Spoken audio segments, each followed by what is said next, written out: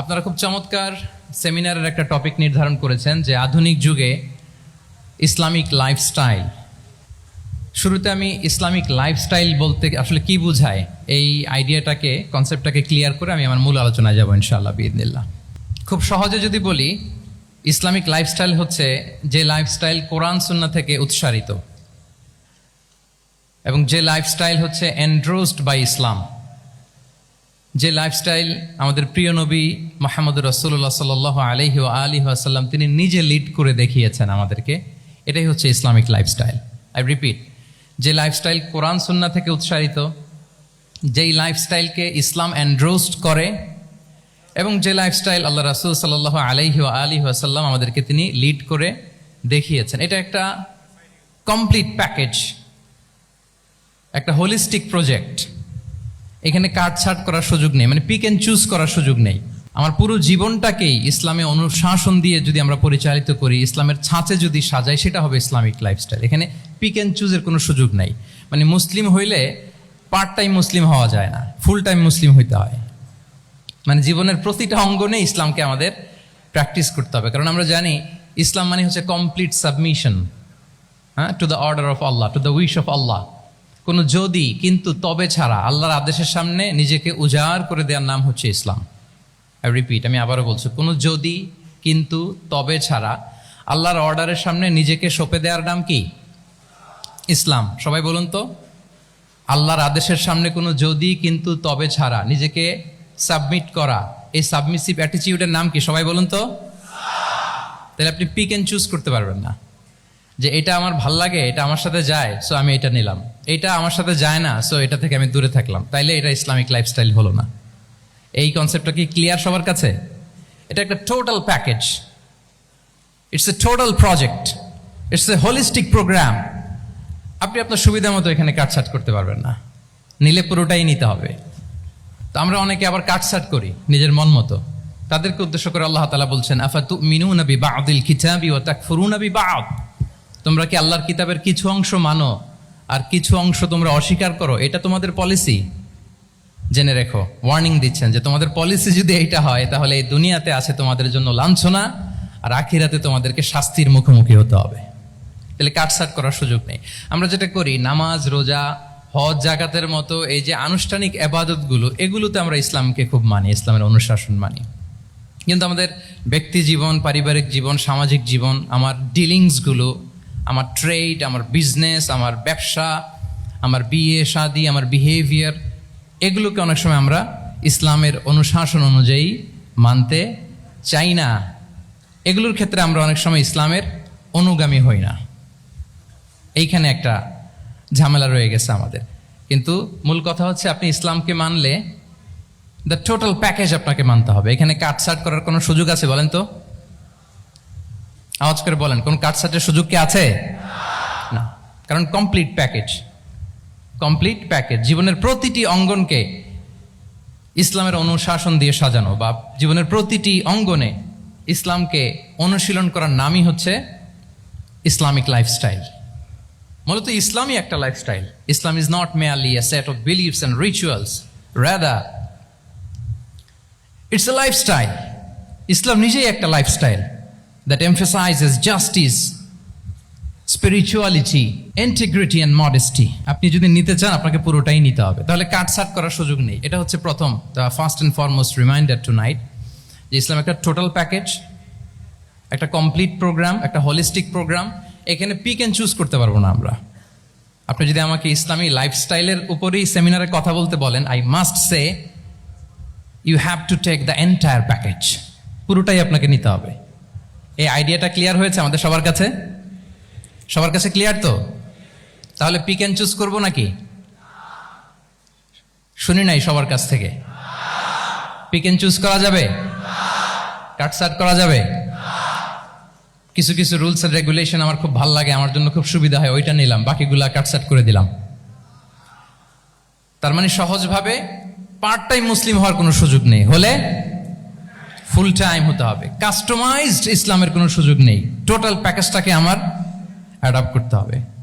এটা হচ্ছে Islamic lifestyle.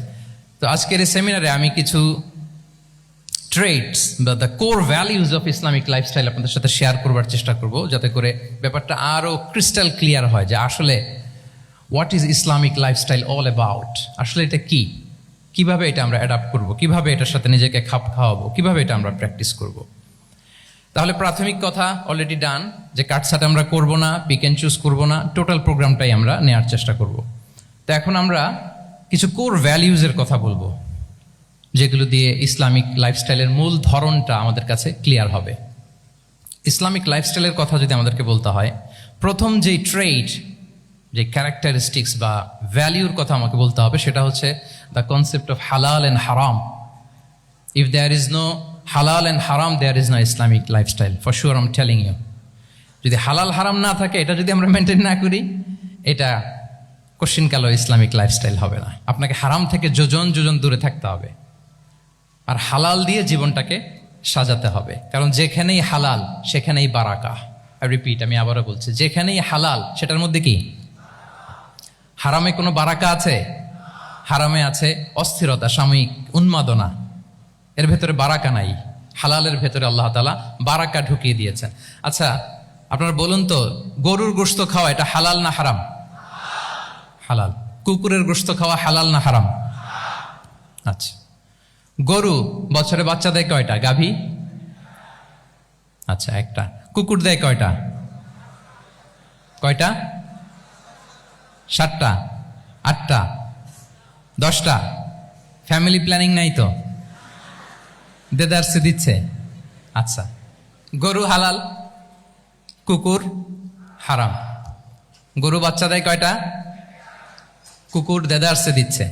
তারপরেও বলেন, আমাদের এই যে বাংলাদেশে আমাদের কুরবানির ঈদে লক্ষ লক্ষ গরু জবাই হয়, বিয়ের অনুষ্ঠানগুলোতে এত গরুর গোশত আমরা খাই, আর প্রতিদিনের চাহিদা মেটানোর জন্য তো কত গরু কোরবানি করা হয়। এরপরে বলেন, বাংলাদেশে গরু বেশি না কুকুর বেশি? সবাই বলেন, গরু বেশি না কুকুর বেশি? কারণ কি? হালাল। কারণ কি? এই হালালে বরকত ঢুকিয়ে দিয়েছে কে? তাহলে if there is no concept of halal and haram, there is no Islamic lifestyle. প্রথম core value of Islamic lifestyle হচ্ছে আপনাকে হালাল দিয়ে আপনার জীবনকে সাজাতে হবে। লা ইয়াদখুলুল জান্নাতা জাসাদুন গুযিয়া বিল হারাম। হারাম খেয়ে বর্ধিষ্ণু যে দেহ, সে দেহ আল্লাহর জান্নাতে প্রবেশ করবে না। মানে whatever you consume, it should be halal. এটা হালাল হইতে হবে। শুধু যেটা আপনি খাচ্ছেন এটাই না, কুলু মিম্মা ফিল আরদি হালালাম তাইয়্যিবা, আল্লাহ তাআলা বলেছেন যেটা কনজিউম করবা হালাল হবে, হালাল হতে হবে। তো এটা শুধু এত ন্যারো কনসেপ্ট না, আপনার জীবনের সবটাই হালাল হতে হবে। ইউর ফুড শুড বি হালাল, ইউর ড্রিঙ্ক শুড বি হালাল, ইউর ইনকাম শুড বি হালাল, ইউর ফ্যাশন শুড বি হালাল, ইউর এন্টারটেইনমেন্ট শুড বি হালাল। সব কিছু হালাল হইতে হবে। আমরা অনেকে যে ভুলটা করি, আমরা খাওয়ার ক্ষেত্রে শুধু হালাল খুঁজি, এরকম অনেকে করে, কিন্তু অন্যান্য ক্ষেত্রে হালাল হারামের বাজ বিছান নাই। আমি একটা উদাহরণ প্রায়ই দেই, দেখবেন যে আমাদের বাংলাদেশের সরকারি অফিসগুলোতে তো ঘুষ চলে নাকি? আল্লাহ ঘুষ থেকে এই জাতিকে তুমি হেফাজত করো। আচ্ছা, দেখবেন যে আমাদের বিভিন্ন সরকারি অফিসগুলোর মুসলিম কর্মকর্তারা, তারা ওয়াইন খায় না। আমি দেখেছি, থাইল্যান্ডে গিয়েছে, চায়না গিয়েছে অফিসের কাজে, ওখানে হালাল রেস্টুরেন্টগুলো খুঁজে, কারণ মুসলিম, তার হালাল খাইতে হবে। তো সে ওয়াইন খায় না, পর্ক খায় না, কারণ ইসলামে এটা হারাম। আবার অনেক হিন্দু কর্মচারী, সে আবার গরুর গোশত খায় না, কারণ কি তার ধর্মে ওইটা হারাম। কিন্তু এই মুসলিম কর্মচারী, হিন্দু কর্মচারী দুইজনের নির্বিশেষে মাশাআল্লাহ ঘুষ খায়। এরকম হয় না? দেখেন, মুসলিম ওয়াইন খায় না, পর্ক খায় না, তার ধর্মে হারাম। আমার হিন্দু ভাই গরুর গোশত খায় না, এটা তার ধর্মে হারাম। কিন্তু ঘুষ আবার দুই ধর্মে হালাল নাকি? হ্যাঁ, হালাল না। তার মানে ওই যে pick and choose, you got the point, right? Pick and choose করেছে যে আমার ধর্মের এই এই নিয়ম আমি মানবো, কারণ এটা আমার জন্য খুব ফ্লেক্সিবল, এটা খুব ভালো লাগে। কিন্তু যেটা কঠিন হয়ে যাচ্ছে, যেটা তার বিরুদ্ধে দাঁড়াচ্ছে, ওইটা সে মানে না। তাহলে পিক এন্ড চুজ করার কোনো সুযোগ, আমরা আমাদের গোটা জীবনকে হালাল দিয়ে সাজাইতে হবে। তাহলে your lifestyle will be Islamic lifestyle. এই কথাটা কি বুঝতে পেরেছেন? তাহলে ইউর ফুড শুড বি হালাল, ইউর ড্রিঙ্ক শুড বি হালাল, ইউর ফ্যাশন শুড বি হালাল, ইউর ইনকাম শুড বি হালাল, ইউর এন্টারটেনমেন্ট শুড বি হালাল, even your relationship should be হালাল। ব্যাপার কি, এটার এত আওয়াজ বেড়ে গেল?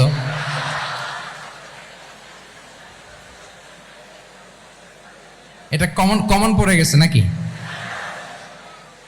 আচ্ছা বলেন, হালাল রিলেশনশিপ কোনটা বলেন? এই যে, এই তো আসল জায়গায় হাত দিছি বোধহয়। আমাদের শিক্ষার্থী বন্ধুদের মধ্যে বিবাহিত আছি আমরা? হ্যাঁ, কারা কারা আছে দেখি তো। মাশাআল্লাহ মাশাআল্লাহ, ঠিক আছে ঠিক আছে। আমাদের বোনরা উপরে আছেন, মাশাআল্লাহ, অনেকে হাত তুলেছেন, আলহামদুলিল্লাহ। এই তো আমাদের যারা হাত তুলছেন তাদের জন্য একটা তাকবীর দেই আমরা, আল্লাহু আকবার। এই যে আপনারাই বলেছেন, আমার কোনো লিগ্যাল অপিনিয়ন দেওয়ার প্রয়োজন হচ্ছে না, যে হালাল রিলেশনশিপ হচ্ছে বিয়ে। তাহলে বিয়ের বাইরে যদি আমার কোনো রিলেশনশিপ থাকে, হালাল না হারাম? ফতোয়া দিচ্ছে কে? আমি? আপনারাই দিচ্ছেন। বলেন, বিবাহ পরবর্তী কোনো যদি এক্সট্রা ম্যারিটাল রিলেশনশিপ থাকে, এটা ইসলামে হালাল না হারাম? তাইলে pre marriage relationship, after marriage relationship, এটা শরীয়তে হারাম। তো এই হারাম যদি আমি এই হারামের সাথে যদি নিজেকে জুড়ে দেই, তাহলে আমার লাইফস্টাইল এটা ইসলামিক লাইফস্টাইল হতে পারে না। আমরা বিয়ের মতো পবিত্র বন্ধনের মধ্য দিয়ে আমরা আমাদের দাম্পত্য জীবনকে উপভোগ করব। আল্লাহ তৌফিক দান করুক। এই যে অনেকে হাত তুলে ফেলছে, মাশাআল্লাহ, তার মানে সেকেন্ড ইয়ারে আছে, ফার্স্ট ইয়ারে আছে, থার্ড ইয়ারে আছে, আলহামদুলিল্লাহ, হালাল রিলেশনশিপে তারা গিয়েছে, মাশাআল্লাহ। তাহলে হালাল এন্ড হারামের ব্যাপারে যদি আমরা বলি, আমাদের পুরো জীবনের প্রতিটি অঙ্গন আমরা হালাল দিয়ে সাজাবো। কি বলেন? পারা যাবে তো ইনশাআল্লাহ? হারামের সাথে আমাদের কোনো সম্পর্ক আছে? হ্যাঁ, আমরা সবকিছু হালাল দিয়ে সাজাবো তো? হারামকে আমরা না বলে দিব না, নো। আজকের এই জহির রায়হান মিলনায়তনের এই হলরুম থেকে হারামকে আমরা লাল কার্ড দেখাই দিলাম। কি বলেন? হারামকে আমরা নো বলবো, আওয়াজ করে বলুন নো। ওকে, নো টু হারাম। তাহলে দ্য কনসেপ্ট অফ হালাল এন্ড হারাম আশা করি আমাদের কাছে ক্লিয়ার। আমরা হালাল দিয়ে নিজেদের জীবনকে সাজাবো, হারামের সাথে আমাদের কোনো সম্পর্ক নাই। তাহলে একটা ট্রেইট আমরা শেয়ার করলাম, একটা কোর ভ্যালিউ শেয়ার করলাম, যে আমরা যদি হালাল মেনটেন করতে পারি আমাদের জীবনে, এটা হচ্ছে one of the core values of Islamic lifestyle. 2 নম্বর হচ্ছে, ইসলামিক লাইফস্টাইলটা বেসিকলি এটা একটা প্রোডাক্টিভ লাইফস্টাইল। ইসলামী লাইফস্টাইল আমাদেরকে প্রোডাক্টিভ হতে উদ্বুদ্ধ করে। আপনার দিন শুরু হবে অনেক সকালে, প্রোডাক্টিভিটি নিয়ে অনেক লম্বা আলোচনা করা যেতে পারে। আমি ছোট্ট একটা পয়েন্ট যদি আজকের এ হলরুমে শেয়ার করি প্রোডাক্টিভিটি নিয়ে, যে ইসলামিক লাইফস্টাইল হচ্ছে আপনি একেবারে সকাল সকাল আপনার দিন শুরু করবেন। Early to bed and early to rise makes a man healthy wealthy. সবাই তো শিখেছি এটা, যে আগে আগে ঘুমোতে যাও, আগে আগে ঘুম থেকে জাগো, তুমি ধনী হবে, তারপর তুমি প্রজ্ঞাবান হবে, তুমি সুস্বাস্থ্যের অধিকারী হবে। এটা হচ্ছে ইসলামিক লাইফস্টাইলের একটা কোর ভ্যালিউ।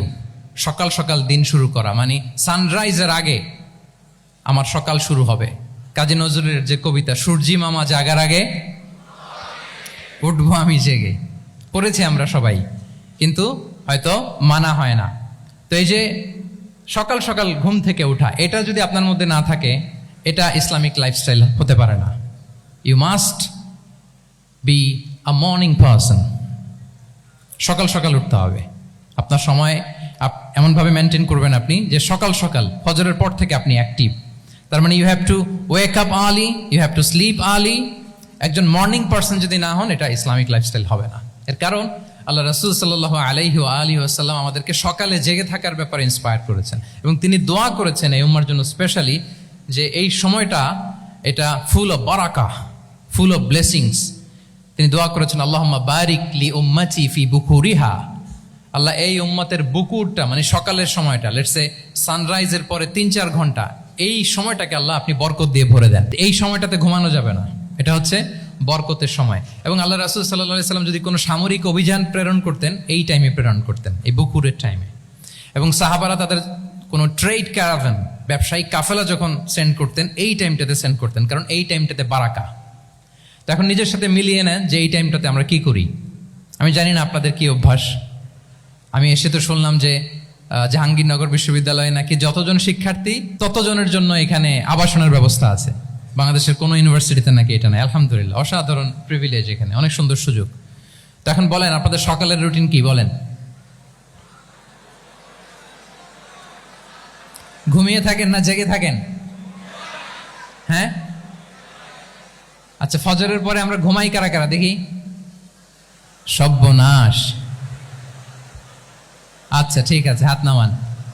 আচ্ছা, ফজরের পরে আমরা একটু এক্সারসাইজ করি, পড়াশোনা করতে বসি কারা কারা? মাশাআল্লাহ, আছে কিছু, ঠিক আছে, হাত নামান। এবার দুইবারের একবারও যারা হাত তোলেননি তারা হাত তোলেন। আপনারা কি করেন? এইটা এটা হ্যাঁ, ডিভাইস। তো সম্মানিত সুধী মণ্ডলী, আল্লাহুম্মা বারিক লি উম্মতি ফি বুকুরিহা, আপনারা আমাকে এনেছেন ইসলামিক লাইফস্টাইল নিয়ে বলতে, তো আমাকে বলতেই হবে ফজরের পরে ঘুমানো চলবে। প্রথমে আমরা হারামকে না বলে দিলাম, এবার আমরা না করে দিব কোনটাকে? হ্যাঁ, ফজরের পরে আজকে থেকে কোনো ঘুম চলবে। আমি এখানে জবরদস্তি করব না, শুধু আপনাদের সামনে আমি প্রেজেন্ট করছি। যদি সেমিনারের যে টপিক নিয়ে আপনারা শুনতে এসেছেন, এটা যদি আপনি অ্যাডাপ্ট করতে চান, অনুশীলন করতে চান, হ্যাঁ, ফজরের পরে আজকে থেকে কোনো ঘুম চলবে। এই সময়টাতে অনেক বারাকা আছে। তো কি করতে হবে? এটার জন্য আগে আগে ঘুমোতে হবে। কি বলেন? অনেকে ফজরের এই বরকতময় সময়টা তারা ঘুমাতে ঘুমাতে মিস করে, এর কারণ দেরিতে ঘুমোতে যাওয়া। আগে আগে ঘুমানোর অভ্যাস করতে হবে, কিন্তু আগে তো ঘুম আসে না, তাই না? এই যে ডিভাইস আমাদেরকে ঘুমাতে দেয় না, আমাদের শান্তির ঘুম কেড়ে নিছে এই ডিভাইস। এই ডিভাইস অ্যাডিকশন, স্ক্রিন আসক্তি, এই স্ক্রিন আসক্তি আমাদের শান্তির ঘুমকে কি করেছে? কেড়ে নিয়েছে। আল্লাহ তাআলা রাতকে বানিয়েছেন ঘুমের জন্য। ওয়াজআলনা লাইলা লিবাসা, লিবাস মানে আবরণ। আমি রাতকে বানিয়েছি পোশাকের মতো আবরণ করে, যে আবরণ রাত্রিবেলা নিঝুম নিঝুম নিস্তব্ধ অন্ধকার দিয়ে ছেয়ে দেয়, ফলে মেলাটিন নামে একটা হরমোন নিঃসরিত হয়, আমাদের ঘুম ঘুম ভাব আসে। ঘুমের জন্য আল্লাহ তৈরি করেছেন রাতকে। এরপরে আল্লাহ তাআলা বললেন ওয়াজআলনা নাহারা মাআশা, আর দিনকে বানিয়েছি আমি প্রাণ চঞ্চল করে, দিনে আমরা কাজ করব। তাহলে রাতে আগে আগে ঘুম, আর দিনের বেলা আল্লাহ তাআলা আমাদেরকে কাজ করার জন্য সৃষ্টি করেছেন। কিন্তু এই সাইকেলটাকে আমরা ঘুরাই ফেলছি। রাতে যত দেরি করে আপনি ঘুমাবেন, সকালে ঠিক তত দেরি করে আমাকে উঠতে হয়, ঠিক কিনা বলেন? তাহলে ফজরের পর বকুর পিরিয়ড অফ টাইমটাকে কাজে লাগাতে হলে রাতে আমাদেরকে আগে ঘুমাতে যাইতে হবে। রাতে কি করতে হবে? আগে ঘুমোতে যেতে হবে। তাহলে এক নম্বরে কি বললাম? কনসেপ্ট অফ হালাল এন্ড হারাম। 2 নম্বরে বললাম প্রোডাক্টিভিটি। ইসলামিক লাইফস্টাইল হচ্ছে একটা প্রোডাক্টিভ লাইফস্টাইল। এটা মেনটেন করতে হলে প্রোডাক্টিভিটির অনেক কথা। একটা কথা হচ্ছে সকাল সকাল আপনার দিন শুরু করুন। কি পাওয়া যাবে তো ইনশাআল্লাহ? সবাই একসাথে পড়ে ইনশাআল্লাহ। এই যে আমাদের দেরি করে রাতে ঘুম আসে, স্ক্রিন আসক্তি, এই ডিভাইস আমাদের আরামের ঘুম কেড়ে নিছে কেন জানেন?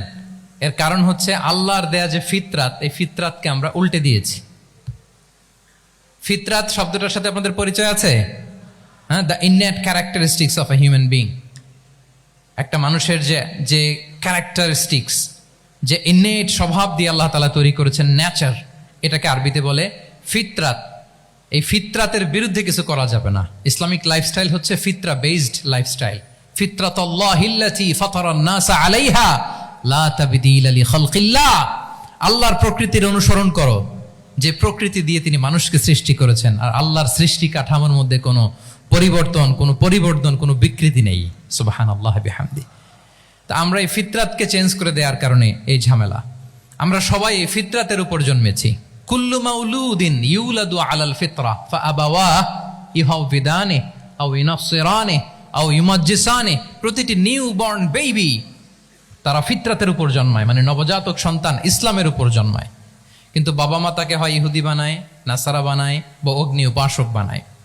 তাহলে এই যে ফিতরাত, আল্লাহর দেয়া ফিতরাতকে যখন আমরা চেঞ্জ করেছি, আমাদের জীবন থেকে বারাকা উঠে গিয়েছে। ফিতরাতকে যদি আরো সহজ করে আমি আপনাদেরকে বুঝাই, তাহলে ফিতরাত হচ্ছে যা কিছু স্বাভাবিক, যা কিছু কল্যাণকর, যা কিছু ভালো, তাই ফিতরাত। আই রিপিট, সুপ্রিয় শিক্ষার্থী বন্ধুরা, ফিতরাত হচ্ছে যা কিছু স্বাভাবিক, যা কিছু ভালো, যা কিছু কল্যাণকর, তাই কি তাই ফিতরাত। এই যে এখন আরবি কোন মাস চলছে বলেন তো? রজব। এই রজব মাসের ২৬ তারিখ দিবাগত রাত্রে আল্লাহ রাসূল সাল্লাল্লাহু আলাইহি ওয়াসাল্লাম ঊর্ধ্ব জগতের একটা ভিজিটে গিয়েছিলেন। আমরা জানি না সবাই? হ্যাঁ, ইসরা মেরাজের কথা আমরা জানি। সো এই মেরাজ রজনীতে আল্লাহ রাসূল সাল্লাল্লাহু আলাইহি ওয়া আলিহি ওয়াসাল্লাম ফিতরাত মানে what is the essence of ফিতরা এটা বোঝানোর জন্য এই হাদিসটা আমি শেয়ার করছি। মেরাজে যখন গেলেন, জিবরিল আলাইহিস সালাম ওনাকে 2টা পেয়ালা দিলেন।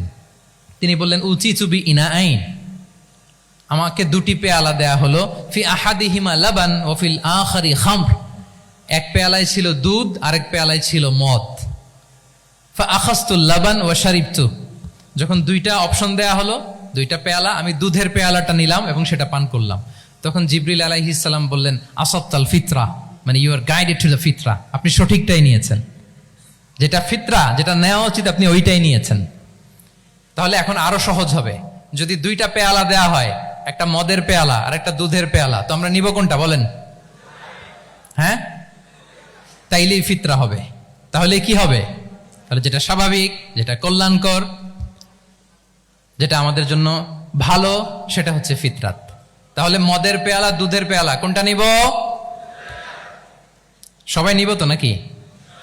আমাদের রুচির যে দুর্ভিক্ষ চলতেছে, অনেকে মদের পেয়ালাই নিয়ে নিবে, কি বলেন? আছে না একদল, তারা কি করে? ওইটা চুজ করে ফেলবে। এবার বলেন আমরা কোন পেয়ালা নিব, মদের না দুধের?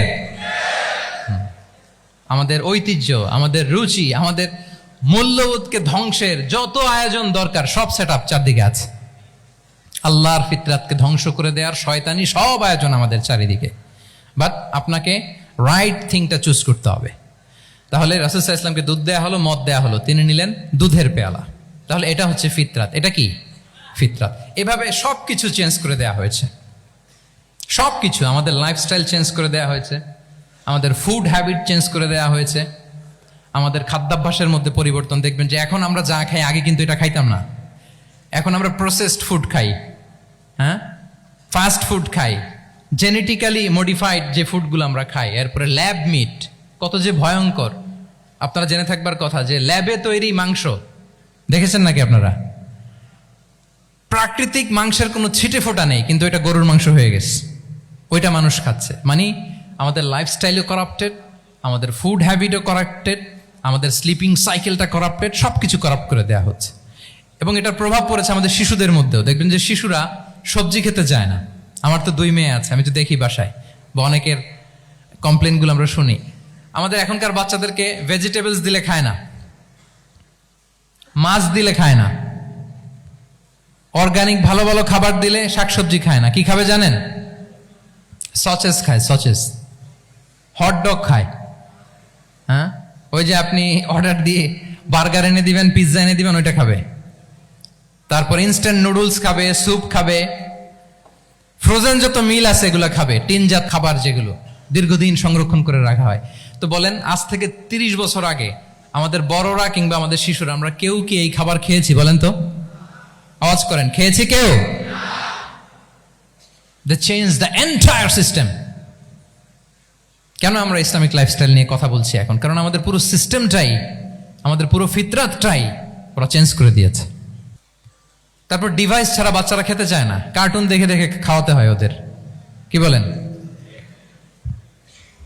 আচ্ছা বলেন তো, আজ থেকে 30 বছর পেছনে ব্যাক টু দ্য হিস্ট্রিতে যদি আমরা যাই, 70-এর দশকে, 80-র দশকে বাংলাদেশের কোনো একটা গ্রামের কথা, একটা পল্লীর কথা আপনি একটু চিন্তা করেন তো। রাত 8টার দিকে, 9টার দিকে আপনি ওই গ্রামের কাউকে খুঁজে পাবেন? 70-এর দশকে, 80-র দশকে একটা গ্রামের পরিবেশের কথা যদি চিন্তা করেন, রাত 8টায় সবার কি অবস্থা বলেন তো? আপনি তো ঘুম খুঁজে পান না, আপনার তো ইনসমনিয়া। আমাদের এখন ট্যাবলেট খাওয়া লাগে না ঘুমের জন্য?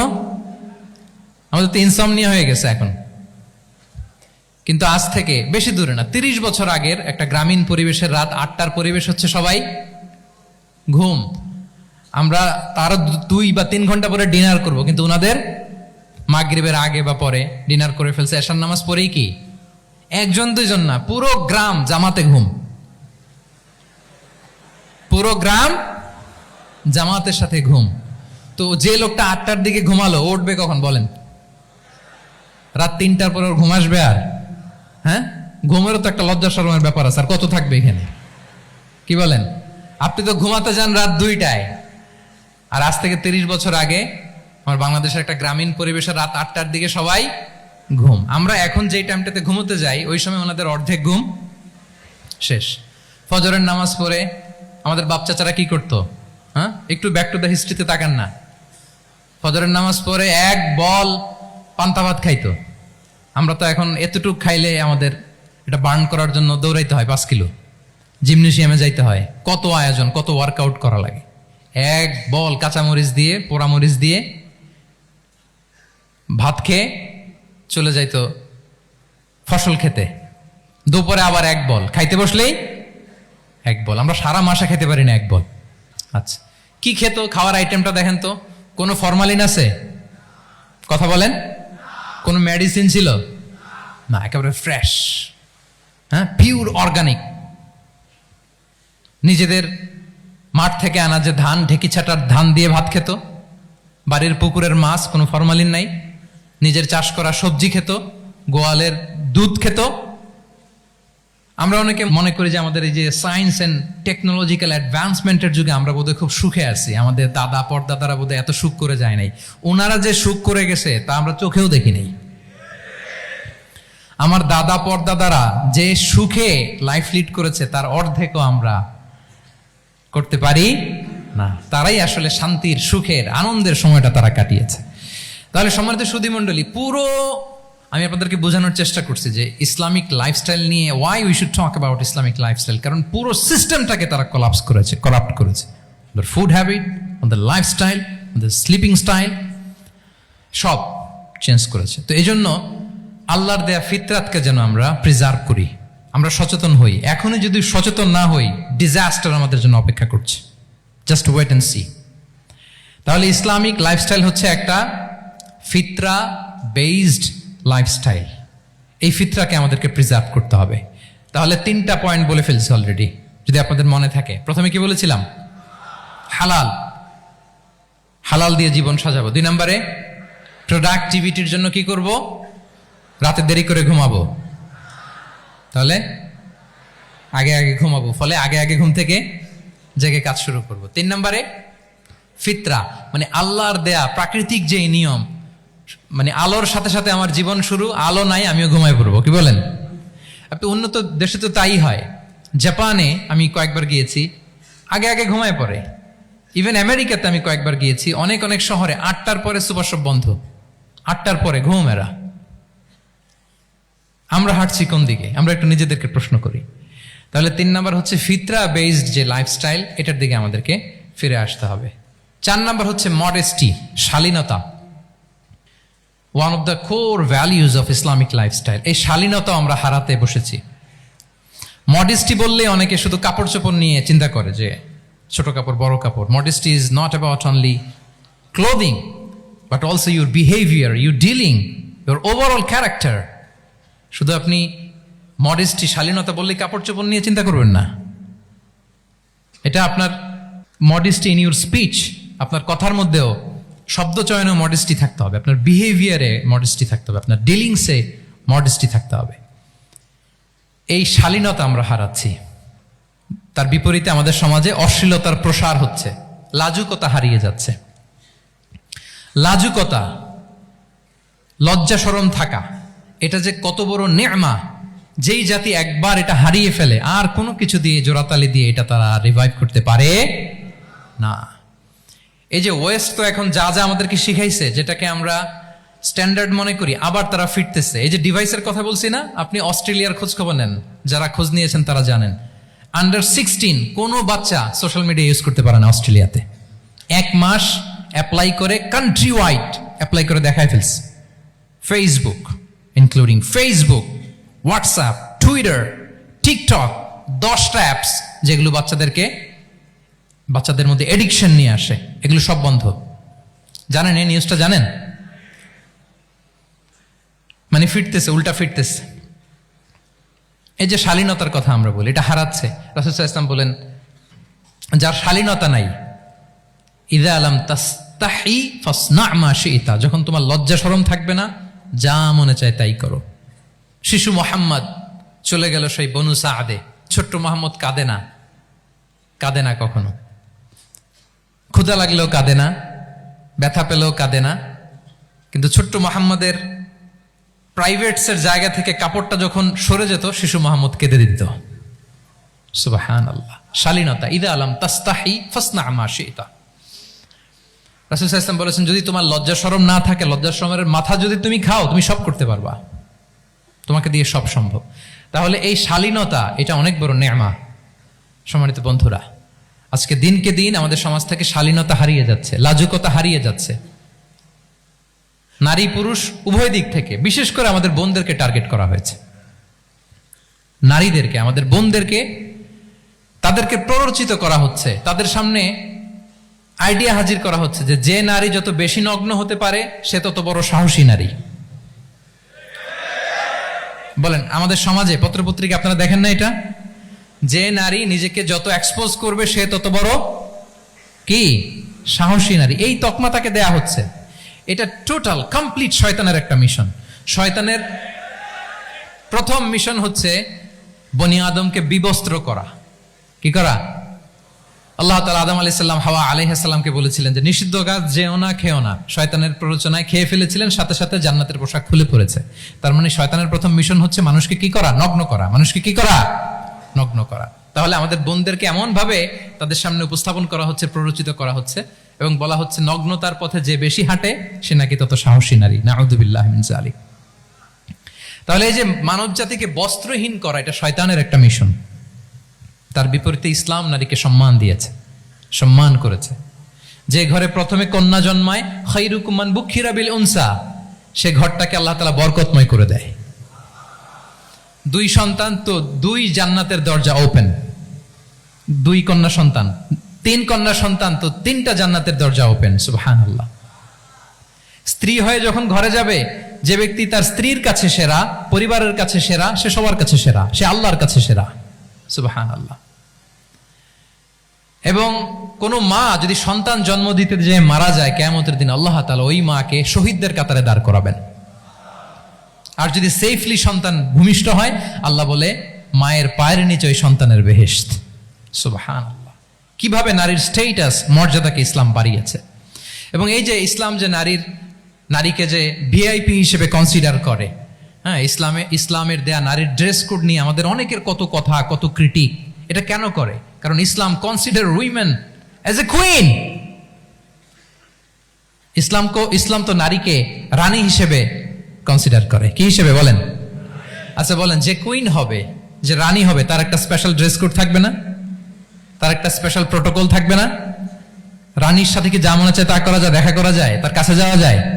আল্লাহু আকবার। কারণ ইসলাম চায় নারীদের জন্য পৃথিবীটা নিরাপদ হোক। ইসলাম চায় নিজ গৃহে বা কর্মক্ষেত্রে নারীরা নিরাপদ থাক। ইসলামের যত ভ্যালিউজ আছে, যত রুলস এন্ড রেগুলেশন আছে, এটা আমাদের ভালোর জন্য, মানব জাতির কল্যাণের জন্য। তাহলে এই অশ্লীলতা থেকে আমাদের যোজন যোজন দূরে থাকতে হবে। If you talk about Islamic lifestyle, আমাদেরকে শালীনতা, মডেস্টি ফিরিয়ে আনতে হবে। You have to maintain modesty. আমি যদি আরো ডিপে যাই, দেখেন এই যে প্রত্যেকের হাতে এক একটা করে পর্ন হাব হয়ে গেছে। এখন হয়েছে না? পর্নোগ্রাফির সয়লাভ,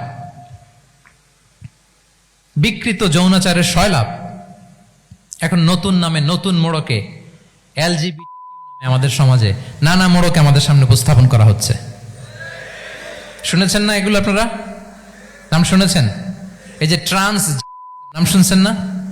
নিজের দেহ কাটাকাটি করে দিব্যি পুরুষ, 4 সন্তানের বাবা, এখন হঠাৎ করে বলে যে আমি মনে মনে নারী, তো সোসাইটি যেন আমাকে নারী স্বীকৃতি দেয়। বায়োলজিক্যালি দিব্যি নারী, 3 সন্তানের মা, এখন বলে যে এখন আমি মনে মনে ভাবতেছি পুরুষ, তো আমাকে পুরুষ হিসেবে তুমি কনসিডার করো। আল্লাহর দেয়া ফিতরাত, এই যে বলছি উল্টায় ফেলতেছে, এই ফিতরাতকে ধ্বংস করার সবচেয়ে জঘন্যতম এই নতুন যেটা বাজারজাত করা হচ্ছে যে আইডিওলজি, এটা হচ্ছে ট্রান্সজেন্ডারিজম। অধিকারের মোড়কে, তাও আসতেছে কিভাবে? কিসের মোড়কে বলেন তো? রাইটস এর কথা বলে, যেটা একটা রাইটস। এজন্য সম্মানিত সুধীমণ্ডলী, শালীনতার কোনো বিকল্প নেই। If you want to take care of yourself, if you want to take care of your family, your society, you have to maintain modesty. কোনো বিকল্প নেই, সাবধান হইতে হবে আমাদেরকে। তাহলে 4 নম্বরে কি? শালীনতা, মডেস্টি। শালীনতা হচ্ছে ইসলামিক লাইফস্টাইলের ভূষণ। এখন পরিকল্পিতভাবে এই শালীনতার কবর রচনা করা হচ্ছে আমাদের সমাজে। আপনারা কি রাগ করতেছেন? কথা ক্লিয়ারলি বুঝতে পারতেছেন? আমি যদি রয়ে শয়ে কথা বলি তা বুঝতে পারবেন আপনারা? ক্লিয়ারলি মেসেজগুলো আমি আপনাদের সামনে পৌঁছে দিচ্ছি। তাহলে কয়টা গেল? 4টা। হালাল, প্রোডাক্টিভিটি, প্রিজার্ভিং ফিতরা এন্ড ফাইনালি মডেস্টি। 4টা কাভার। 5 নম্বরে হচ্ছে ইসলামিক লাইফস্টাইল যদি আমরা মেনটেন করি, we must have to be optimistic, hopeful, আশাবাদী হইতে হবে। মুমিনের ডিকশনারিতে হতাশা নেই। আমরা হতাশ হই না, আমরা নিরাশ হই না, আমরা ভরসা রাখি এক মহান সত্তার উপর। আওয়াজ করে বলুন, তিনি কে? শয়তানের মিশন হচ্ছে আমাদেরকে হতাশ বানানো। আমি স্টেজে ওঠার আগে সম্মানিত স্যার বলতেছিলেন যে আপনি একটু আশাবাদী করবেন আমাদের নারী শিক্ষার্থীদের ব্যাপারে, আমাদের ছেলে শিক্ষার্থীদের ব্যাপারে। কয়েকটা ইস্যু স্যার বললেন যে কিছু ফ্রাস্ট্রেশন তাদের মধ্যে কাজ করে। আজকে আপনাদের ডিকশনারি থেকে ফ্রাস্ট্রেশনকে একেবারে অমিট করে দিয়ে যাব। বলেন, বিশ্বাসীদের ডিকশনারিতে হতাশা বলে কোনো শব্দ আছে? ফ্রাস্ট্রেশন আছে? কারণ শয়তানের মিশন হচ্ছে আমাদেরকে হতাশ বানানো। কি বানানো? শয়তান আমাদেরকে আশাবাদী করতে চায় না, সে চায় আমরা যেন হতাশ হই। আমি ভুল করেছি, পাপ করেছি, অন্যায় করেছি, তো শয়তান সেই পাপের সাগরে আমাকে হাবুডুবু খাওয়াতে চায়। বলে, আর অনেক ভুল হয়ে গেছে, অনেক দূর তুই চলে এসেছিস, আর আল্লাহ তোকে ক্ষমা করবে না, থাক এখানেই থাক, করতে থাক। এরকম শয়তান টেম্পটেশন দেয়, প্রভোকেশন করে। কিন্তু শয়তান জানে না যে আল্লাহর রহমতের দরিয়া কত বড়। শয়তানের মিশন হচ্ছে আমাদেরকে হতাশ বানানো। আর আল্লাহর বাণী আমাদের হৃদয়ে আশা জাগায়, আশাবাদী করে তোলে। আল্লাহর এই কিতাবের, কোরআনের প্রতিটি আয়াতে পরতে পরতে পাবেন আপনি মোটিভেশন, ইন্সপিরেশন। আল্লাহু আকবার। লা তাহজান ইন্নাল্লাহা মা'ানা। মনকে তুমি বুঝিয়ে বলো আল্লাহ আছেন আমার সাথে। জাহাঙ্গীরনগর বিশ্ববিদ্যালয়ের আমার সুপ্রিয় শিক্ষার্থী বন্ধুরা, এই বাক্যটি নিজের জীবনের জন্য, নিজের জীবনের সাথে সেট করে নেন। মনকে তুমি বুঝিয়ে বলো আল্লাহ আছেন আমার সাথে। বিপদে আপদে, আমাদের লাইফে আপস এন্ড ডাউনস থাকে, সব মুহূর্তে আমরা এই কথাটা খেয়াল করব যে কেউ যদি আমাকে হেল্প করার জন্য নাও থাকে, এক মহান সত্তা আছে। তিনি কে? আল্লাহ রাসূল সাল্লাল্লাহু আলাইহি ওয়াসাল্লাম, আবু বকর রাদিয়াল্লাহু তাআলা আনহু গারে সাউরে হিজরতের রাতে লুকিয়ে আছেন। কুরাইশরা খুঁজতেছে, আবু বকর রাদিয়াল্লাহু তাআলা আনহু তটস্থ, না জানি ধরা পড়ে যায়। তিনি বলছেন, কুরাইশরা আমাদের এত পাশ দিয়ে যাচ্ছে, একটু মাথা নিচু করলে দেখে ফেলবে আমাদের। রাসূল সাল্লাল্লাহু আলাইহি ওয়াসাল্লাম বললেন যে ভয় পেও না। আবু বকর, তুমি কি ভেবেছো আমরা এখানে গুহাতে 2 জন? না না, এই গুহায় আমরা 2 জন নই, আমাদের সাথে একজন মহান সত্তা আছে। তিনি কে? আমরা 3 জন এখানে। লা তাহজান ইন্নাল্লাহা মা'ানা। ভয় পেও না, হতাশ হয়ো না, নিশ্চয় আল্লাহ আমাদের সাথে আছেন। আল্লাহ তাআলা সরাসরি কথাটাকে কোরআনে কোট করেছেন যে লা তাহজান ইন্নাল্লাহা মা'ানা। তাহলে সুপ্রিয় বন্ধুরা, এই বাক্যটা আমাদের খেয়াল রাখতে হবে যাদের মধ্যে ফ্রাস্ট্রেশন কাজ করে, যে মনকে তুমি বুঝিয়ে বলো কে আছেন আমার সাথে? আল্লাহ আছেন আমার সাথে। এরকম কোরআনের পরতে পরতে অনেক আয়াত পাবেন। লা তাইয়াসু মির রাউহিল্লাহ ইন্নাহু লা ইয়াইয়াসু মির রাউহিল্লাহি ইল্লাল কওমুল কাফিরুন। আল্লাহর রহম থেকে নিরাশ হয়ো না। কাফিররা ছাড়া কেউ আল্লাহর রহম থেকে নিরাশ হয়? আমি আপনি আমাদের জীবনে কত ভুল করেছি, কত অন্যায় করেছি, কতটাই বা পাপ করেছি। মনে রাখবেন, আমাদের পাপ যত বড় হোক, আল্লাহর রহমতের দরিয়া তার চাইতেও বড়। ইন্না মা'আল উসরি ইউসরা ফাইন্না মা'আল উসরি ইউসরা, and verily with every hardship there is an ease. প্রত্যেক কষ্টের পরেই থাকে স্বস্তি। এই বাক্যগুলো কি আপনাকে মোটিভেশন দেয় না? এই কথাগুলো কি আপনাকে চাঙ্গা করে না? আপনার জীবনে ইন্সপিরেশন হয়ে আসে না এই কথাগুলো? ওয়ালা তাহিনু ওয়ালা তাহজানু ওয়া আনতুমুল আ'লাউনা ইন কুনতুম মুমিনিন। চিন্তা করো না, হতাশ হয়ো না, তোমাদেরই বিজয় হবে যদি তোমরা মুমিন হও। আল্লাহু আকবার। তাহলে আপস এন্ড ডাউনস থাকবে, এবং মুমিন জীবনে তো হতাশা থাকবেই না। কারণ আমার জীবনে যদি কোনো কষ্টের ঘটনা ঘটে, এটার জন্য আমি রিওয়ার্ড পাবো। আমি যদি অসুস্থ হই, আমার প্রত্যেক অসুস্থতার কারণে আমার পাপ মোচন হয়। সুবহানাল্লাহ পড়েন। আপনার জ্বর হয়েছে, এই জ্বরের কারণে আল্লাহ আপনার গুনাহ মাফ করবেন। আপনি ব্যথা পেয়েছেন, অসুস্থ হয়েছেন, আল্লাহ তাআলা গুনাহ মাফ করে দিবে। তাহলে হতাশার কোনো সুযোগ আছে বলেন? না, মুমিন জীবনে হতাশার কোনো সুযোগ নেই। রাসূল সাল্লাল্লাহু আলাইহি ওয়াসাল্লাম বলেন, মা ইউসিবুল মুসলিমা মিন নাসাব ওয়ালা ওয়াসাব ওয়ালা হাম্মিন ওয়ালা হুজনিন ওয়ালা আযান ওয়ালা গাম্মিন হাত্তা শাওকাতি ইউশাকুহা ইল্লা কাফারাল্লাহু বিহা মিন খাতায়া। মুমিন জীবনে যত ব্যথা, কষ্ট, দুঃখ, এমনকি ফল পাড়তে যে গাছের কাটার খোঁচা যদি খান, রাসূল সাল্লাল্লাহু আলাইহি ওয়াসাল্লাম বলেন ওই খোঁচার ব্যথার কারণে আল্লাহ তোমার গুনাহ মাফ করে দেয়। কেউ অসুস্থ হয়ে রাসূল সাল্লাল্লাহু আলাইহি ওয়াসাল্লামের কাছে আসলে রাসূল সাল্লাল্লাহু আলাইহি ওয়াসাল্লাম কি বলতেন জানেন? কেউ জানেন? লা বাস আলাইক তুহুরুন ইনশাআল্লাহ। তিনি বলতেন, আরে don't worry about it, it will cleanse up your scenes. ভয় পেও না, আরে এই অসুস্থতা, এটার কারণে আল্লাহ তোমার গুনাহ মাফ করে দিবে। সুবহানাল্লাহ। তাহলে অসুস্থ ব্যক্তি আর উজ্জীবিত হতো না? রাসূল সাল্লাল্লাহু আলাইহি ওয়াসাল্লাম অসুস্থ ব্যক্তিকে দেখলেই মাথায় হাত বুলিয়ে দিতেন, দোয়া করতেন, আল্লাহুম্মা রাব্বান নাস আযহিবিল বাস ইশফি আনতা শাফি, দোয়া করে দিতেন। আর বলতেন, আরে ভয় পেও না, এই অসুস্থতা তোমার গুনাহ মাফ করে দিচ্ছে। তাহলে অসুস্থতার মধ্যেও তারা উজ্জীবিত হতো। আমরা মানুষকে আশাবাদী করব, ভয় দেখাবো না। অসুস্থ মানুষকে ভিজিট করতে গেলে আপনারা কি করেন? ভয় দেখান নাকি? না, আশাবাদী করবেন, বলবেন যে আরে কি অসুস্থতা, আপনার দেখে দেখে অনেক সুস্থ লাগতেছে, বলতে পারবেন না? কিন্তু আমরা কি করি? কেউ অসুস্থ হইলে ওই অসুস্থতায় সবচেয়ে কষ্ট পেয়ে যে মারা গেছে তার হিস্ট্রি বলা শুরু করি। এরকম করে না অনেকে? ধরেন যে একজন ক্যান্সারের পেশেন্টকে দেখতে গেছেন, এইবার যে আপনার কোন খালা ক্যান্সারে কিভাবে ধুকে ধুকে মরছিল, ওই হিস্ট্রি আপনি বয়ান দিতে শুরু করছেন। বেচারা বাঁচবে? যা একটু সুস্থ ছিল ওইটাও তো অসুস্থ বানাই দিচ্ছেন। কি বলেন? তাহলে ইসলাম আমাদেরকে আশাবাদী করে। প্রিয় ভাই এবং বোনেরা, কি করে? আশাবাদী করে। আমরা যদি আমাদের কোনো প্রিয়জনকে হারাই, আমরা আশাবাদী হয়েই হারাই, কারণ তাকে আমি চিরকালের জন্য হারাচ্ছি না। আপনি আপনার আব্বাকে হারাচ্ছেন তো কি হয়েছে? বাপ হারায় তো কাটবে নাস্তিক। কি বলেন? নাস্তিকদের তো মরার পরে নাকি আর কিছু নাই। হ্যাঁ, দেখবেন আপনাদের সামনে সামনে অনেক কিছু বলে যে কিছু নাই, যা দেখি না, বিশ্বাস করি না। একা একা যখন মৃত্যুর পরে কি হবে চিন্তা করে ওর দম বন্ধ হয়ে আসে। ইসলাম মানুষকে আশাবাদী করে। দেখেন আমরা কত দূর দেখি, কত দূর ভাবি। আমার দাদা মারা গেছে, এটা আমার কোনো টেনশনেরই কারণ না, কারণ আমি সবসময় ভাবি আমার দাদাকে আমি ওপারে যেয়ে পাবো। আমার আব্বাকে আমি হারিয়েছি তো ওপারে পাবো। আমার বন্ধুকে আমি হারিয়েছি, কাছের বন্ধুটা যে আমার জন্য খুব ইন্সপিরেশন ছিল, সাময়িক বিচ্ছেদ এটা আমাদের জন্য, কারণ আমরা ওই জগতে বিশ্বাস করি। আল্লাহু আকবার। তাহলে হতাশা আমাদের ডিকশনারিতে আজকে থেকে রাখা যাবে। ইসলামিক লাইফস্টাইল যদি মেনটেন করতে চান, you have to be optimistic. Clear কথাটা? আচ্ছা, এরপরে গ্রেটফুলনেস, 6 নাম্বার। গ্রেটফুলনেস, আপনাকে কৃতজ্ঞ হইতে হবে, শুকরগুজার হইতে হবে। আমরা অনেকে কমপ্লেইন করি খুব বেশি, না এটা ভুল। সম্মানিত সুধী মণ্ডলী, be grateful with what you have. যা আছে এটা নিয়ে শুকরগুজার হন, আপনার জীবনটাকে আল্লাহ সুন্দর করবে। তাহলে কমপ্লেইন করব না, আমরা শুকরগুজার হব। রাসূল সাল্লাল্লাহু আলাইহি ওয়াসাল্লাম বলেছেন, তোমার চেয়ে যে খারাপ অবস্থানে আছে তার দিকে তাকাও, যে ভালো আছে তার দিকে তাকিও না।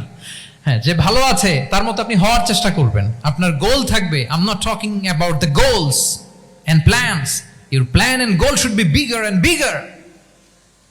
বাট আপনি ও খুব ধনী, ও খুব ভালো আছে, এটা দেখে কষ্ট পাবেন না, কারণ আপনি খেয়াল করেন যে আপনার চেয়ে অনেক খারাপ অবস্থানে আছে অনেকে, ওর দিকে তাকালে দেখবেন যে আপনার আর খারাপ লাগতেছে না। শেখ সাদি রাহিমাহুল্লাহ, বিখ্যাত কবি, নাম শুনেছেন না? ওনার একবার পায়ে দেওয়ার মতো জুতা ছিল না। কি ছিল না? সবাই বলুন, কি ছিল না? জুতা। তো উনি একবার রাস্তা দিয়ে হাঁটতেছেন, হঠাৎ দেখেন এক লোকের 2টা পাই নাই। কি নাই? শুকরগুজার হলেন, চিৎকার করে বললেন আলহামদুলিল্লাহ, যে আল্লাহ অনেক ভালো আছি, আমার জুতা নাই এজন্য মন খারাপ, ওর তো পাই নাই। হ্যাঁ, এজন্য বেঁচে যে আছি এজন্যই আলহামদুলিল্লাহ। লা ইন শাকারতুম লা আযীদান্নাকুম ওয়া লা ইন কাফারতুম ইন্না আযাবি লাশাদীদ। আল্লাহ বলেন, যদি শুকরিয়া করো, শুকরগুজার হও, আমি আল্লাহ নিয়ামত বাড়িয়ে দেব। যদি না শুকরি করো, জেনে রাখো আমার শাস্তি কঠিন। তাহলে বেঁচে যে আছি এজন্যই কি পড়া উচিত? জাহাঙ্গীরনগর বিশ্ববিদ্যালয় আওয়াজ করেন, বেঁচে যে আছি এজন্য কি পড়বো? আপনি যে অবস্থানে থেকে খুশি না, ভাল লাগে না আপনার, যে হায় রে আমি তো লুজার, আমার কিচ্ছু নাই, আপনার এই অবস্থানে পৌঁছাটা অনেকের জন্য স্বপ্ন। মানে যেটা পেয়ে আপনি হ্যাপি না, অতটুকু হইতে পারাটা অনেকের কি স্বপ্ন। আপনাকে যদি জিজ্ঞেস করি ভাই কি চান, কি লাগবে বলেন, কি চান, তা আপনি বলবেন যে শেখ আমি ধনী হইতে চাই, আমার একটা ব্রাইট ক্যারিয়ার চাই, আমি টাকা চাই, আমি খ্যাতি চাই, আমি ক্ষমতা চাই, এটা চাই। কত যে চাওয়ার ফিরিস্তি আমাদের। আপনি একটু একটা ক্যান্সার হসপিটালে জানতো, ক্যান্সারের 3rd স্টেজে চলে আসছে, ধুকে ধুকে লাস্ট স্টেজে চলে আসছে। আপনার তো অনেক কিছু চাই, আপনি ওকে একটু জিজ্ঞেস করেন যে ভাই আপনি কি চান। ও টাকা চায় না? ক্যান্সারের রোগী টাকা চাবে, খ্যাতি চাবে, ব্রাইট ক্যারিয়ার চায়। সে কি চায় বলেন তো একটু? সে একটু বাঁচতে চায়। যে ভাই তুমি কি চাও, বলবে আমি কিছু চাই না, একটু বাঁচতে চাই।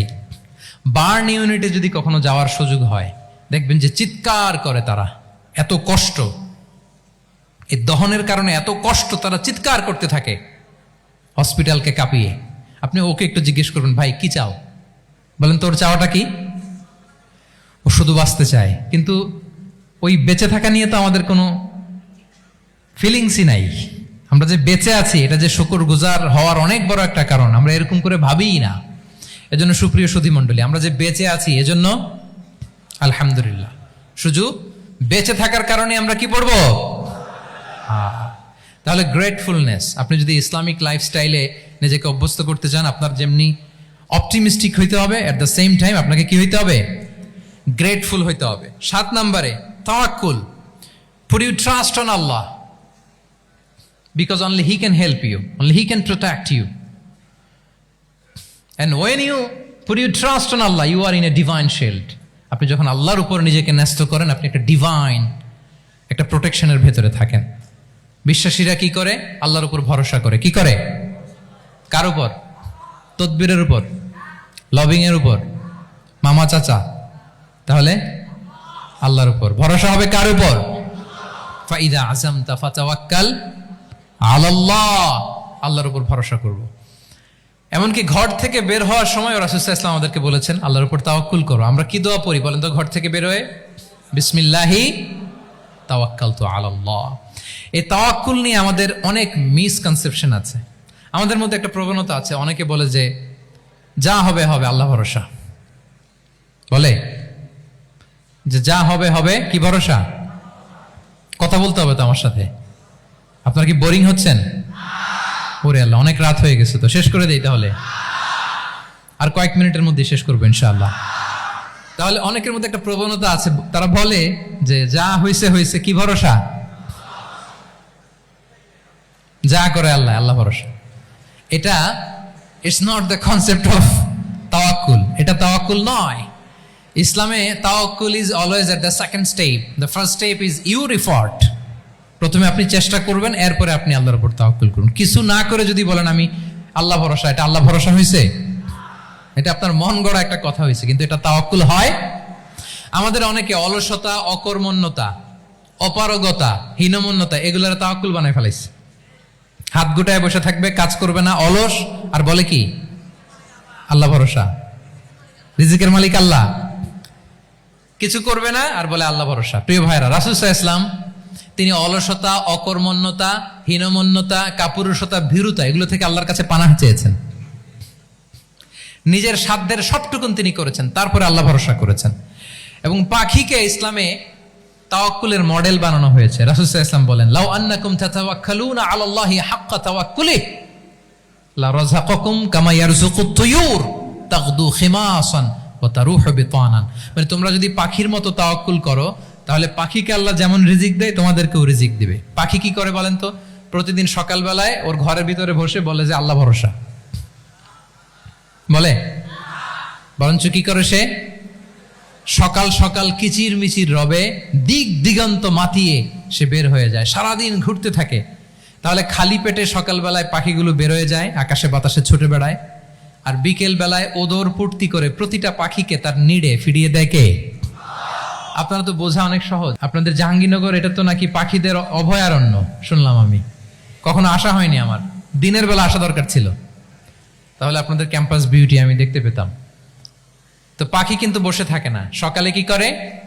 খালি পেটে পাখিগুলো বেরিয়ে যায়, ওরা ওদের রোল প্লে করে, চেষ্টা করে, এরপরে বিকেল বেলা ওদর পূর্তি করে তাদেরকে নিড়ে ফিরিয়ে দেয় কে? তাহলে পাখিকে তাওয়াক্কুলের মডেল বানানো হয়েছে। আপনি হাত গুটিয়ে বসে থেকে বললেন আল্লাহ ভরসা, এটা হয়েছে না।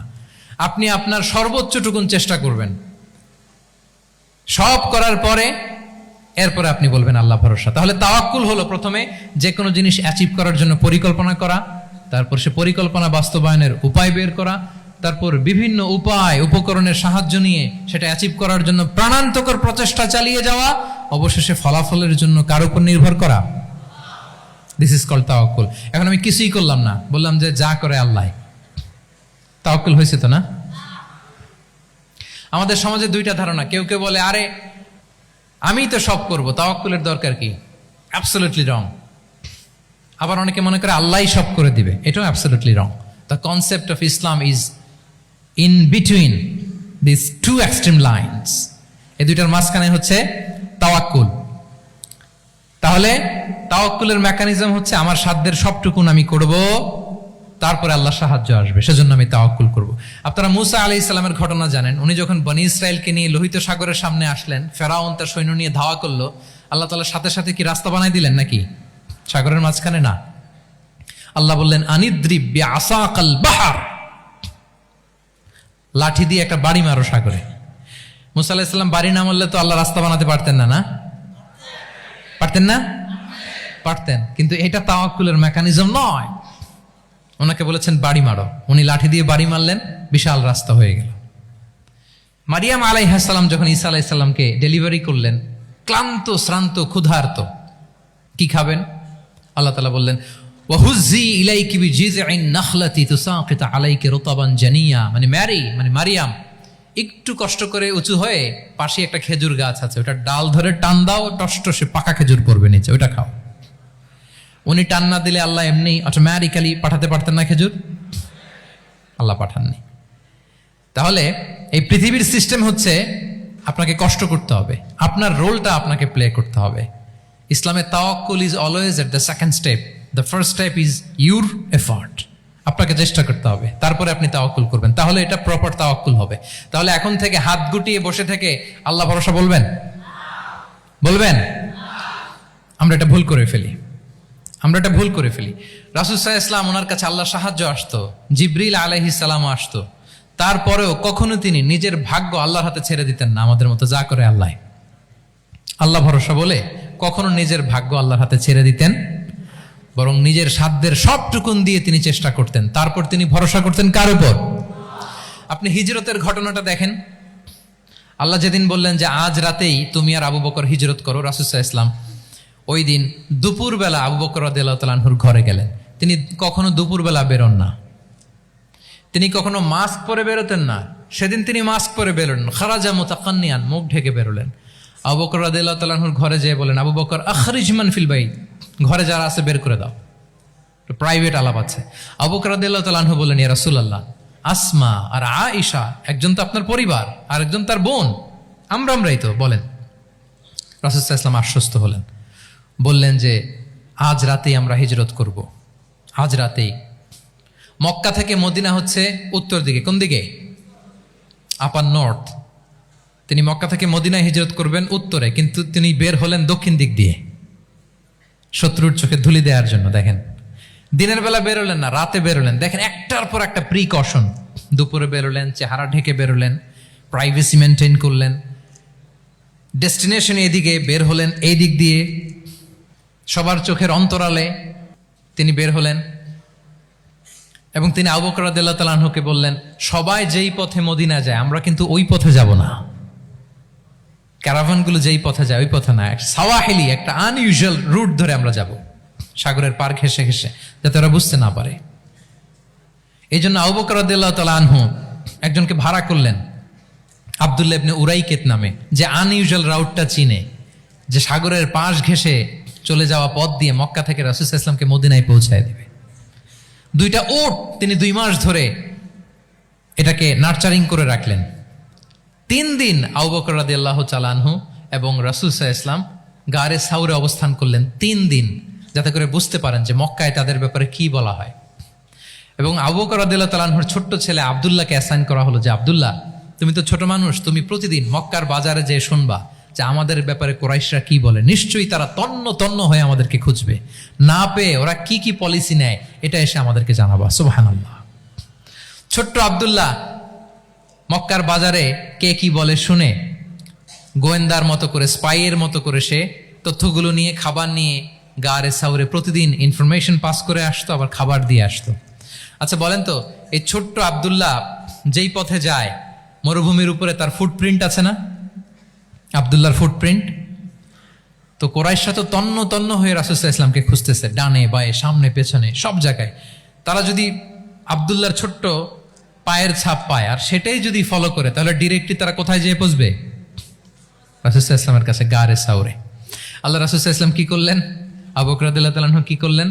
আমির ইবনে ফুহায়রা নামে আরেকটা লোককে অ্যাসাইন করলেন যে 3 দিনের জন্য আব্দুল্লাহ যখন তথ্য নিয়ে খাবার দিয়ে চলে যাবে, আমির ইবনে ফুহায়রা, তোমার কাজ হচ্ছে যেই পথ দিয়ে আব্দুল্লাহ হেঁটেছে এই পথ দিয়ে তুমি আমাদের ছাগলগুলোকে একটু চড়াই দিবা। তাহলে ওখানে ওই বাচ্চার আর ফুটপ্রিন্ট থাকবে না, ওই ছাগলগুলোর পায়ের ছাপ থাকবে। অনেক লম্বা ঘটনা, এরকম একটার পর একটা প্রিকশন আল্লাহ রাসূল সাল্লাল্লাহু আলাইহি ওয়াসাল্লাম এবং আবু বকর রাদিয়াল্লাহু তাআলা আনহু ওনারা নিয়ে তারপরে হিজরতের পথে রওনা হয়েছেন। এবং যখন রওনা হয়েছেন, রাসূল সাল্লাল্লাহু আলাইহি ওয়াসাল্লাম আর ডানে বায়ে তাকান না, তিনি কোরআন তেলাওয়াত করছিলেন। হি ওয়াজ রিসাইটিং দ্য কোরআন, কারণ now he is in the state of তাওয়াক্কুল। এখন তিনি তাওয়াক্কুল করতেছেন। তাহলে বলেন তো, তাওয়াক্কুল কি শুরুতে না শেষে? তারপরে কতটা শেষে? আপনার চেষ্টা, আপনার তদবির, আপনার লবিং, আপনার এফর্ট, আপনার সাধ্যের নাগালে থাকা সব কিছু উজাড় করে দেওয়ার পরে আপনি বলবেন তাওয়াক্কালতু। আমরা করি কি? আমরা কি করি? আল্লাহ ভরসা। ভাই কি প্ল্যান আপনার? হুজুর আল্লাহ ভরসা। এবার বলেন, এটা হয়েছে? এটা কি আসলে দ্য প্রপার কনসেপ্ট অফ তাওয়াক্কুল হয়েছে প্রিয় ভাই এবং বোনেরা? হয় নাই। কারণ তাওয়াক্কুল is always at the second step. The first step is your effort. আপনি আপনার সাধ্যের সবটুকু করবেন, তারপর কি করবেন? ক্লিয়ার? সব শেষ কথা হচ্ছে, আপনি যদি ইসলামিক লাইফস্টাইল মেনটেন করতে চান, আপনাকে উম্মাহ সেন্ট্রিক অ্যাটিটিউডের অধিকারী হইতে হবে। উম্মাহ সেন্ট্রিক। আমাদের মুসলিম উম্মাহ একটা দুঃখী উম্মাহ, নেতৃত্বহীন উম্মাহ, বলিষ্ঠ নেতৃত্বের অভাবে এদিক থেকে লাথি মারলে আমরা এদিকে যাই, এদিক থেকে মারলে এদিকে যাই। শুধু একটা স্ট্রং লিডারশিপের অভাব, ঠিক কিনা বলেন? এই যে আমাদের রোহিঙ্গা ভাইয়েরা 1 মিলিয়ন আসছে, 10 লাখ, এখন বোধহয় 2 মিলিয়ন প্লাস হয়ে গেছে বা 3 মিলিয়ন হয়ে গেছে। আমি গত মাসে গিয়েছিলাম রোহিঙ্গা ক্যাম্পে দেখার জন্য তাদের কি অবস্থা। এমন মানবতার জীবনযাপন তারা করতেছে। ধর্মে তারা কোন ধর্মের বলেন তো? আমাদের ভাই, আমাদের বোনেরা, তাদের কোনো সলিউশন নাই। কাশ্মীরের ভাই বোনদের কি অবস্থা দেখেন তো। আর গাজার অবস্থা নাই বা বললাম। পাখির মতো গুলি করে মারা হয়েছে, মসজিদ ধ্বংস করা হয়েছে, এমনকি খ্রিস্টানদের গির্জা ধ্বংস করা হয়েছে। একটা লিডারশিপের, একটা স্ট্রং লিডারশিপের অভাবে আজকে আমাদের এই অবস্থা। এজন্য আপনি যদি ইসলামিক লাইফস্টাইলের কথা বলেন, অফকোর্স আপনাকে উম্মাহ সেন্ট্রিক মেন্টালিটির হতে হবে। এই দুঃখী উম্মাকে নিয়ে আপনার প্রজেক্ট থাকতে হবে। আমরা আমাদের নিজেদের শক্তি, সম্ভাবনা, ঐতিহ্য এগুলো একেবারে ভুলতে বসেছি। আমরা যে যোদ্ধা ছিলাম, আমরা যে বিজয়ী ছিলাম, আমরা বেমালুম ভুলেই গিয়েছি। জ্ঞান বিজ্ঞানে একসময় আমরা লিড দিয়েছি, ঠিক কিনা বলেন? আমাদের জাবির ইবনে হাইয়ান ছিল, আমাদের আল বিরুনি ছিল, আমাদের আল ইদ্রিসি ছিল, আমাদের আল ফারাবি ছিল। এই নলেজ এখন ওয়েস্টে ট্রান্সফার হয়েছে, সেই নলেজ আবার ট্রান্সফার হয়ে আমাদের করতলগত একদিন হবে ইনশাআল্লাহ। তো এই প্রজেক্ট তো আমাদের নাই। একদিন যে আমাদের হাতে আসবে, হুজুর আল্লাহ ভরসা নাকি? শুধু আল্লাহ ভরসা বলে বসে থাকলে হবে? সেলফ সেন্টার্ড হওয়া যাবে না, উম্মাহ সেন্ট্রিক আমাদেরকে হইতে হবে। উম্মার জন্য আপনার হৃদয়ে একটা দরদ থাকতে হবে। অন্যের জন্য কাজ করার একটা মেন্টালিটি আমাদের গ্রো করতে হবে। যারা অন্যের জন্য করে তারা জানে যে এটাতে কি সুখ, কি মজা। আপনি অন্যকে দান করে দেখেন, একটা সুখানুভূতি আপনার মধ্যে কাজ করবে। এবং রাসূল সাল্লাল্লাহু আলাইহি ওয়াসাল্লাম বলেন, আল্লাহু ফি আউনিল আবদি মা দামাল আবদু ফি আউনি আখিহি। আল্লাহ তাআলা ততক্ষণ পর্যন্ত বান্দার সাহায্যে থাকে, ওই বান্দার, যতক্ষণ পর্যন্ত এই বান্দা তার ভাইয়ের সাহায্যে থাকে।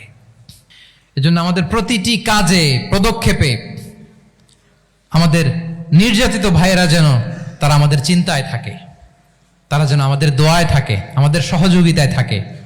এবং উম্মার জাগরণে যেন নিবেদিত হয় আমাদের সকল এফোর্ট, সকল প্রজেক্ট, সকল প্রচেষ্টা। কি পারা যাবে কিনা বলেন? উম্মার জন্য এরকম স্যাক্রিফাইসিং মেন্টালিটি আমাদের থাকার দরকার আছে না নাই বলেন? তাহলে উম্মা সেন্ট্রিক মেন্টালিটি আমাদের করতে হবে সম্মানিত সুধী মণ্ডলী। তাহলে ইসলামিক লাইফস্টাইল নিয়ে যদি আমরা কথা বলি, আমাদের উম্মা সেন্ট্রিক হওয়ার কোনো বিকল্প নাই। আমি যদি পুরো আলোচনার সামারি করি তাহলে বলতে হবে, শুরুতে আমি যেটা বলেছিলাম যে এখানে পিক অ্যান্ড চুজ করে ইসলামিক লাইফস্টাইল অ্যাডাপ্ট করার আমাদের কোনো সুযোগ মনে আছে? যে কথা দিয়ে শুরু করেছিলাম, পিক অ্যান্ড চুজ করা যাবে মন মতো না, পুরোটাই মানতে হবে। এবং 8টা মোস্ট লাইকলি 8টা core values of Islamic lifestyle আমি আপনাদের সাথে শেয়ার করেছি। একটু যদি রিকল করি, 1 নম্বরে কি বলেছিলাম বলেন তো? হালাল, হালাল মেনটেন করতে হবে, হারামের সাথে আমাদের কোনো সম্পর্ক। 2 নম্বরে প্রোডাক্টিভিটি। 3 নম্বরে ফিতরা বেসড লাইফস্টাইল হতে হবে। 4 নম্বরে মডেস্টি। 5 নম্বরে হতাশ হওয়া যাবে না, মনকে তুমি বুঝিয়ে বলো আল্লাহ আছেন আমার সাথে, অপটিমিজম।